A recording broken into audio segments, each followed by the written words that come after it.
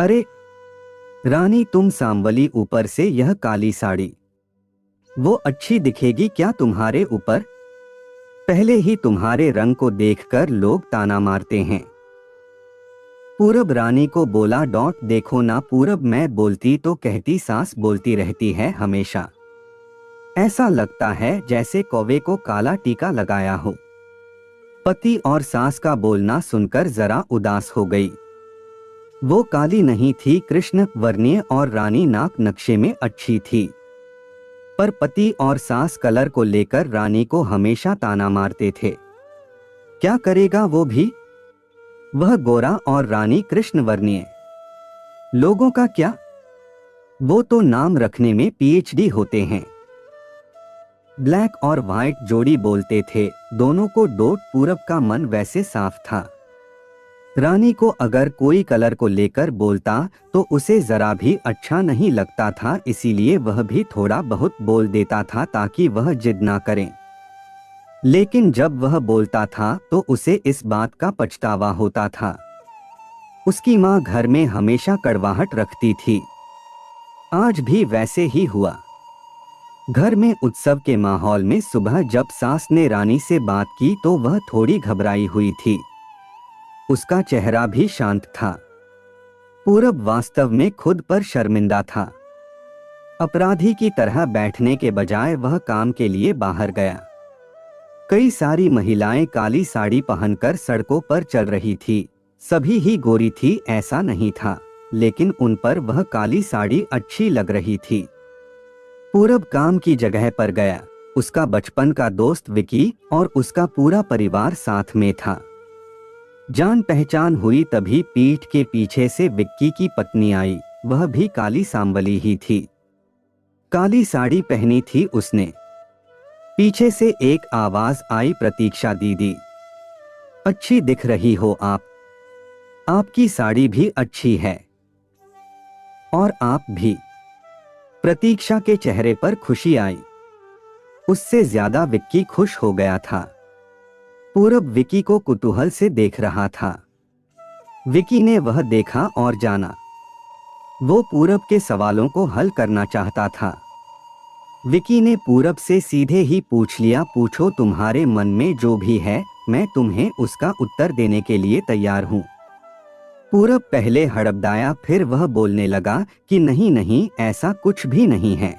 विकी ने पूरब से कहा, तुम मुझे नहीं जानते कि मैं लोगों का मन कितने अच्छे से पढ़ सकता हूँ। तुम तो मेरे बचपन के मित्र हो, तुम्हारे मन की बात भला मुझसे कैसे छुपी रह सकती है।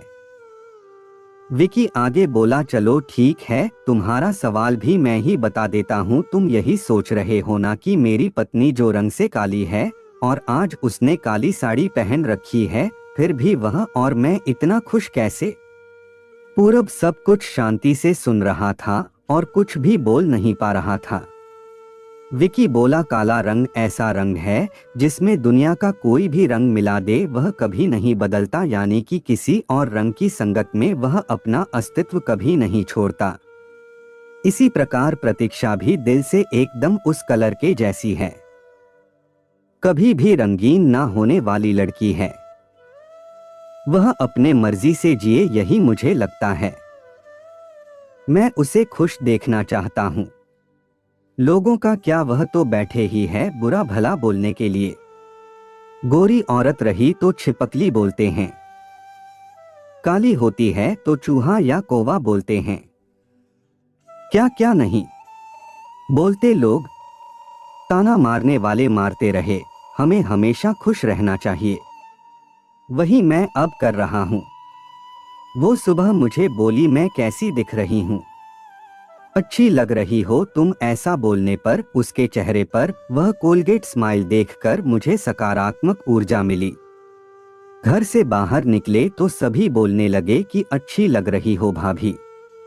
हम दोनों ने अच्छे मन से यह बात सोची, कोई ना कोई ताना मारने के लिए बोला ही होगा ना, उस वजह से जीने की दिशा क्यों बदले। पूरब को उसके घर का सुबह का माहौल याद आया। वह खुद पर ही चिढ़ गया। उसे लगा वो सचमुच में गलत था। मैं ही रानी को दुख देता हूँ, उस वजह से सब उसे बोलते हैं। अब मुझे ही अपनी भूल सुधार कर उससे माफी मांगने होगी। उसने हंसते हुए विक्की को अलविदा कहा।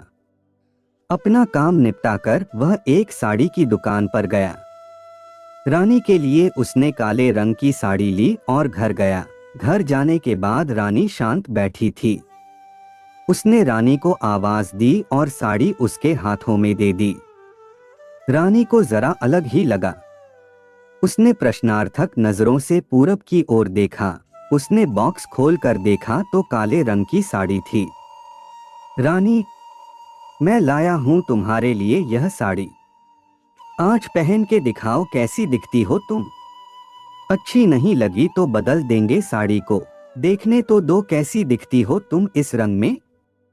रानी को जरा अच्छा लगा। चलो तैयार हो जाओ, जल्दी हम जरा बाहर जाकर आते हैं। एक क्लाइंट के पास जाना है, उन्होंने बुलाया है जोड़ी में। पूरब का बोलना सुनकर रानी तैयार होने गई। काली साड़ी, उस पर हल्का सा मेकअप और लंबे बालों की चोटी। पूरब भी क्या, पूरब की मां भी रानी को देखते ही रह गई। पूरब बोला, रानी सॉरी। हाँ, अरे लोगों की बातों में आकर मैं तुम्हें हमेशा बोलता रहा और खरा सौंदर्य किसमें है यह मैं भूल गया था। रंग दो ही है, यह जानकर फिर जीना छोड़ दे क्या? अपनी खुद की पसंद छोड़ दे क्या? तुम्हें काली रंग की साड़ी पहनना बहुत अच्छा लगता था ना, पर मैं हमेशा तुम्हें टोकता रहा। अब मुझे समझ में आया, किसी भी रंग में रंगते वक्त मन साफ हो तो खूबसूरती निखरती है। तुम चाहती हो वैसे ही जियो। मैं कभी भी तुम्हें नहीं बोलूंगा, और हाँ सचमुच सुंदर दिखती हो तुम। तुम्हारे रंग पर अच्छा खिलता है यह काला रंग। रानी के चेहरे की लाली और भी ज्यादा बढ़ गई थी यह बात सुनकर। शर्मा कर वह पूरब को बोली, क्या आप भी? पूरब ने रानी का मुस्कुराता हुआ चेहरा देखा और उसके बदले हुए विचारों से पूरब खुश हुआ। मन ही मन में पूरब ने विक्की को धन्यवाद किया, क्योंकि यह परिवर्तन विक्की के शब्दों द्वारा हुआ था। खूबसूरत दिखने के लिए खूबसूरत दिखना जरूरी नहीं है, बल्कि खूबसूरत सोच होना जरूरी है। इंसान का अगर मन सुंदर है तो इससे कोई फर्क नहीं पड़ता कि वह किस रंग का हो। आपका समय निकलकर हमारे साथ था, इसके लिए आपका धन्यवाद। अगली बार फिर से मिलते हैं नए और रोचक वीडियो के साथ। चैनल को सब्सक्राइब करना न भूलें। धन्यवाद और शुभकामनाएं।